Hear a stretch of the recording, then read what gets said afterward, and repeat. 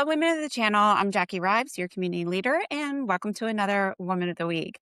This week, we have the pleasure of getting to know Regina Vignone, Vice President, Mid Market Sales with Sophos, and one of our Women of the Channel Advisory Board members.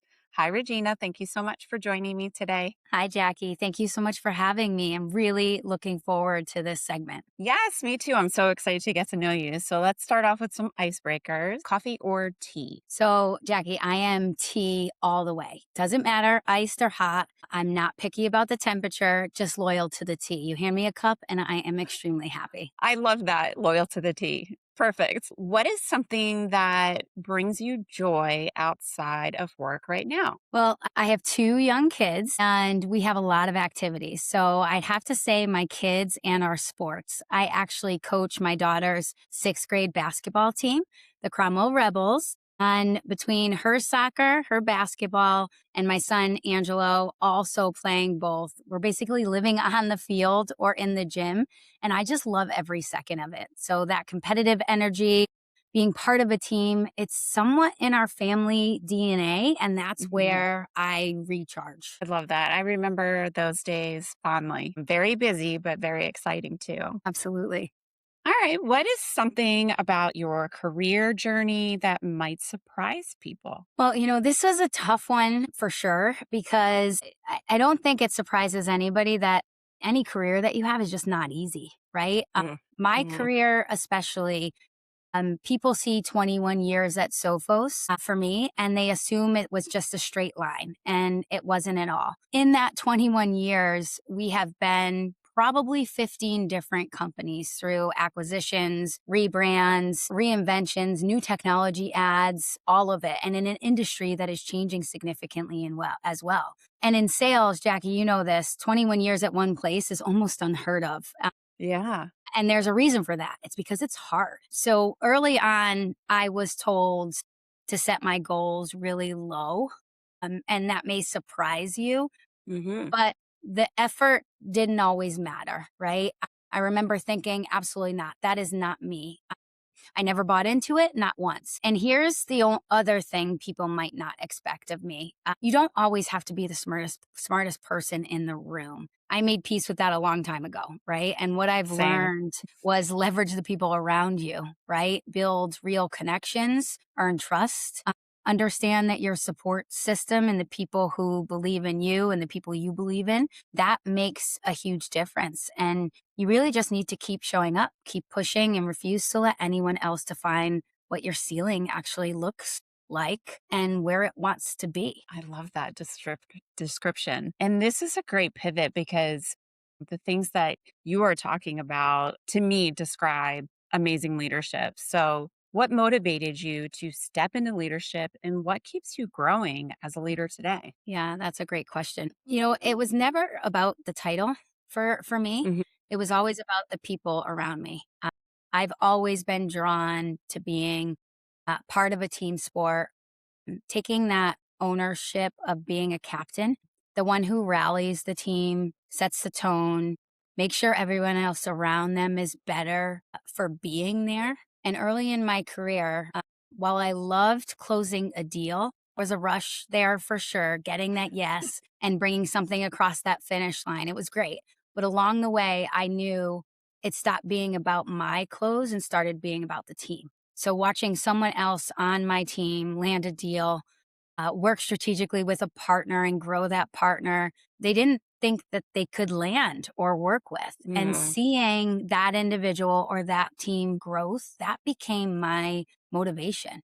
That's the thing that I chase. And what keeps me growing as a leader today is quite simple. It's the people around me. So when I see someone step into their confidence level, get promoted, grow in ways that they didn't even see coming, that's more rewarding than anything and very important. And that's my motivation. So I feel responsible to never stop growing myself because my team deserves a leader who is just as hungry to be better as they are. I couldn't have said this better myself and totally in line with your definition of leadership. It's really nice to see you talk about it too, because you can see it.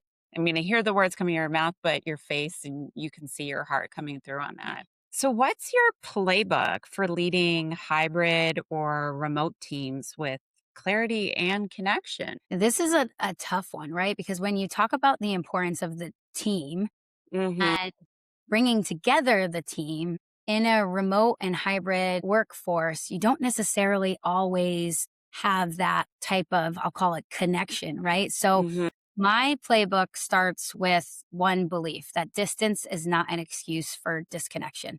So I am very hands on. My teams knows that I'm in it with them, not just watching from afar. I try to bring the office into the virtual space. So that's the energy, right? The tone in my voice, Yeah. the culture, the recognition, even in a virtual platform, all of it has to be recreated deliberately when you can't be in the same room.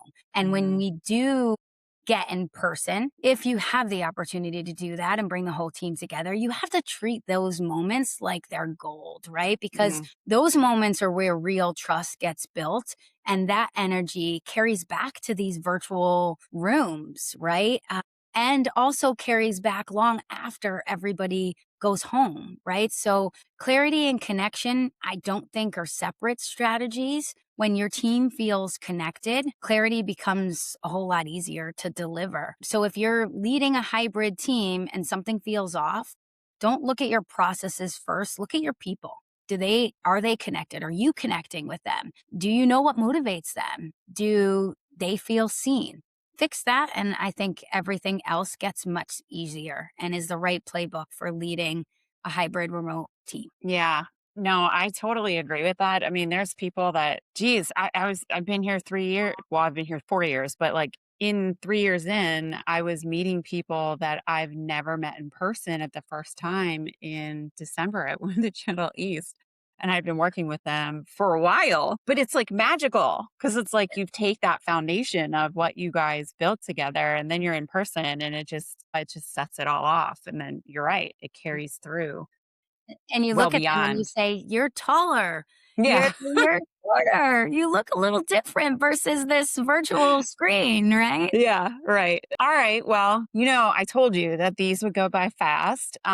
But I love that we're going to do a closer question to kind of wrap this all together beautifully. So, what is a small moment or habit that keeps you grounded? So, a small moment or habit is the gym for me. So, Mm, when I get there, no matter what's on my calendar or how heavy the week feels, right? That time is mine.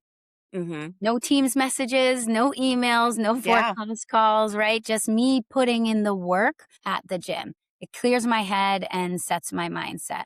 But if I'm also being honest with you, my biggest reset is my family and being on that sports sideline with my two kids. The moment I step into a gym as a coach or onto the soccer field watching my kids compete, that's just a reset because they don't care about my work, right? They just Hmm. need me present. And the presence, that's grounding. And I carry it right back into everything I do. So, you know, find your reset, not the one that looks good on a wellness checklist, right? But one that actually works for you. Protect it like we protect our meetings for work, Yeah. right? You can't just cancel it because when Yeah. you show up grounded, everyone around you feels it, your team will feel it, your family will feel it, and that's not a small thing. That's everything. Oh, love where we just landed. That is such great advice, Regina. It was absolute joy getting to know you.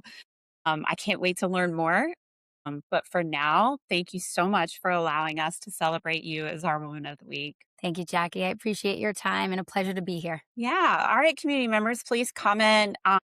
Give Regina your high fives. Share your insights. I know that she would love that. I know I would love that, and the community would love it because this is how we grow and learn together. So until next time, have an amazing week.